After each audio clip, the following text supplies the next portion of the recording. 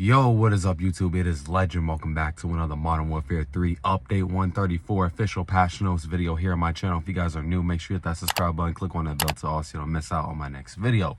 A lot of y'all, when seasons come out, y'all just jump on the game. Y'all don't even check out the patch notes. Y'all don't even know what they even changed. Like, do y'all even watch the patch notes videos? Like, do y'all know what's happening? Do you know what they changed? We're going to talk about Warzone 3, Modern Warfare 3 Zombies. We're going to be talking about multiplayer, all that good stuff. But in my last video, my download video, we did kind of talk about what content was coming within Modern Warfare 3 for Season 1. So let's go ahead and get right into it.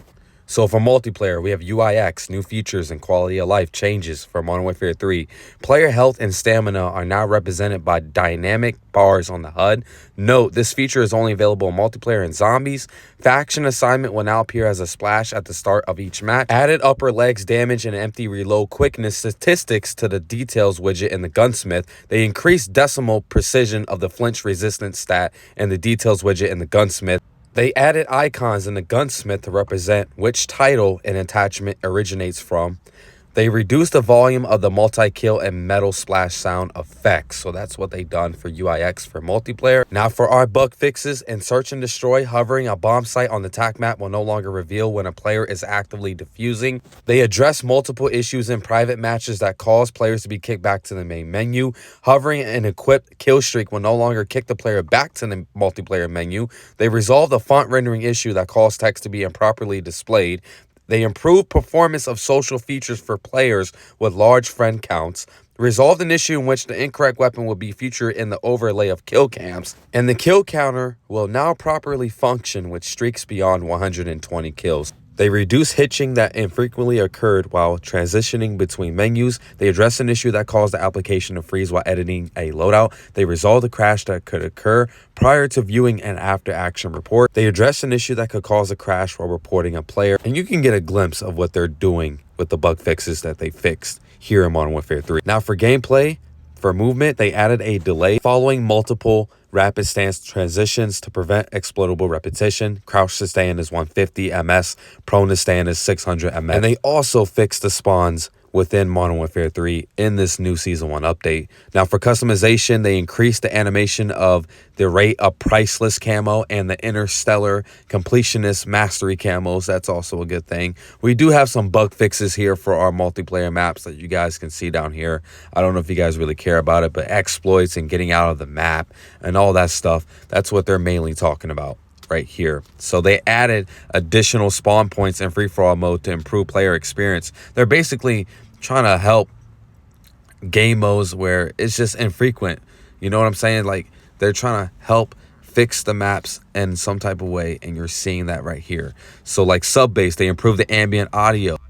In the power station, they swapped attacker and defender initial spawn positions and control for all of love. Military base for ground war, they improved the AI bot ability to navigate their environment. Like, I'm telling you, the biggest thing about this update, in my opinion, is search and destroy. They increased the player XP for several score events, and you guys are looking at that right here. This is probably going to make me play search and destroy a lot more because I don't really play it, but we do have some updates down here for below. And then for our equipment, like the throwing star, they addressed an issue that allowed one-hit kills without a headshot. The EMO grenade tactical prompt to remove tracker will no longer persist after death. Field upgrades like the portable cover, they made some adjustments with that as well, along with the trophy system. And kill streaks like Juggernaut Recon, they addressed an exploit that allowed players to fire loadout weapons with unlimited ammo. And also for our vehicles like the NSTV, they increased traction control to improve handling on muddy surfaces. The Razor tank also caught a buff and also a decreased maximum forward speed by 14%. So just a bunch of bug fixes and a bunch of glitches that have been patched, because y'all keep posting these glitches on YouTube. They're going to fucking patch it. So everything that we have gone over for multiplayer, those are the changes. Now let's talk about Modern Warfare 3 Zombies. We got Act 4. There is a cutscene. It has been released on Twitter. I'm pretty sure you guys have seen it already. If not, I won't be posting it here in this video, but so we got Act 4 and a new story mission are immediately available for all players at the start of Season 1. A massive gateway has appeared in the exclusion zone. Investigate the area and engage in a new endgame content. So we have Dark Ether Rifts, which we already know about. You have to find the sigils to enter the Dark Ether Rifts and face a new level of challenge. So if you go in a Dark Ether Rift, It's going to be hard, like they said right here. And for Dark Ether Rifts are unlocked by solving a hidden quest by completing Story Act 1. So you will need to do that before you end up getting into the Dark Ether Rift.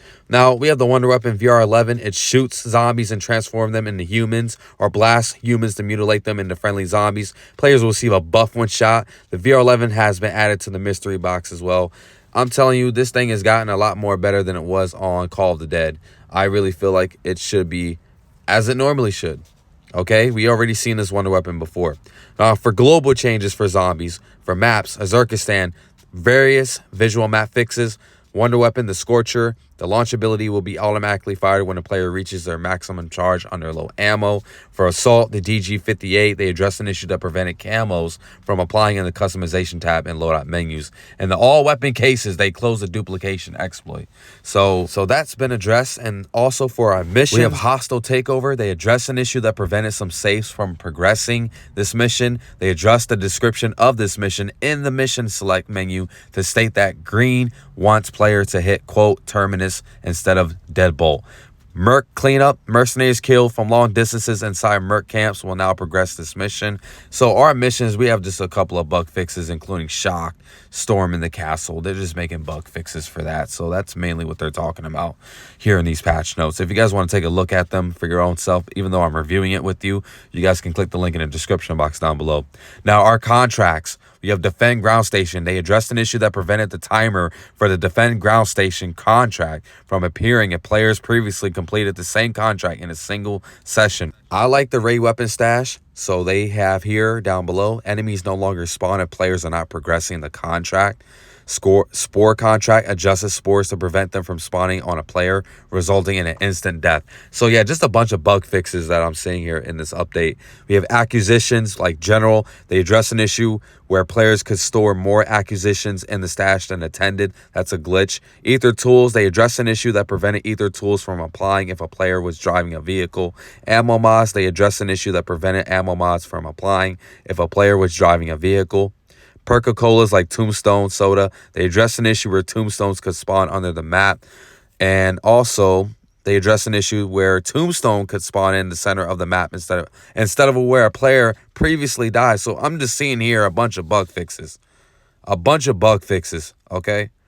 That's what I'm getting here. All right, Exfil, we have launched. More formidable enemies have been added to the exfil experience in all zones. They addressed a rare issue that prevented the Hilltop exfil helicopter from landing. In season, all exfils will increase the number of enemies spawn, with the final exfil receiving a significant boost to enemy count and enemy types. And then we have general bug fixes here. You guys can pause the video if you guys want to, but there's just a bunch. I've never made a patch notes video of this long, and the fact that you guys have fixed so much shit, like zombies for disciples. It says general. They address multiple issues that allow disciples to behave sporadically, such as becoming stuck high in the air on objects. Hellhounds. The Hellhound flame particles will disappear if a Hellhound does not spawn. Zombies, general. They adjusted spawns to prevent zombies from spawning on top of fences. Adjusted pathing to adjust exploits or incorrect pathing. I'm telling you, it's just a bunch of bug fixes in this fucking update. Equipment, lethal equipment, experimental gas grenade, damage against ether worms have been reduced. So that's a nerf. For tactical equipment, they nerfed the amount of decoy grenades that can be stacked or equipped from 3 to 2. They reduce the decoy grenade duration from 8 to 5 seconds. They want people to use monkey bombs. There's so many things that y'all done in this update. I just cannot believe. Like, holy shit, Sledgehammer Games. For UIX, player health and stamina are now represented by dynamic bars on the HUD. Address an issue that prevented pings on looted items and caches from disappearing automatically. Address an issue where objective titles would occasionally not display while loading into a match. Just a bunch of bug fixes, man. It's just a bunch of bug fixes. Like progression, achievements, the first step. Players can now unlock the first step for reaching level 55 in Modern Warfare Zombies. Previously, players would need to enter the multiplayer menu to obtain the achievement. Completionist camos, Golden Enigma, and Golden Ivory, Modern Warfare 3 and Modern Warfare 2, We released a fix that allows players to complete the Golden Enigma and Golden Ivory completionist camos with blueprint weapons and custom mods. And for audio at Battle Chatter, friendly fire operator chatter will play less frequently, and stability fixes that we have here from Modern Warfare 3. This is the longest patch notes video I think I've made in a long time. And I'm going to be general with you guys. I'm just going to give you my honest opinion. This has to be new content, yes, because it's Season 1. But there are so many goddamn bug fixes in this update. I'm just reading it off. Like, I'm just going, I'm reviewing it with you. But there's so many fucking bug fixes. But hopefully the game is more stable, less crashing, less lagging, and we want to enjoy Season 1 altogether. Now, before I leave out in this video, they updated the Interstellar camo for multiplayer for Modern Warfare 3. And by the looks of it, with me watching this with you, it looks like it's moving a lot more faster. It looks more vibrant in color, a lot more. I really feel that way when I look at this new, improved Interstellar camo for Modern Warfare 3. But it looks really good. It looks nice. They also updated the Priceless camo. That one also caught a buff as well. It's probably more faster. It's animated more faster, I would like to say. But hopefully you guys all enjoyed this video. Make sure you leave a thumbs up and share with your friends and family. I appreciate it for even going over all these patch notes here with you on the channel. So thank you for watching. You guys have a good day. Peace out.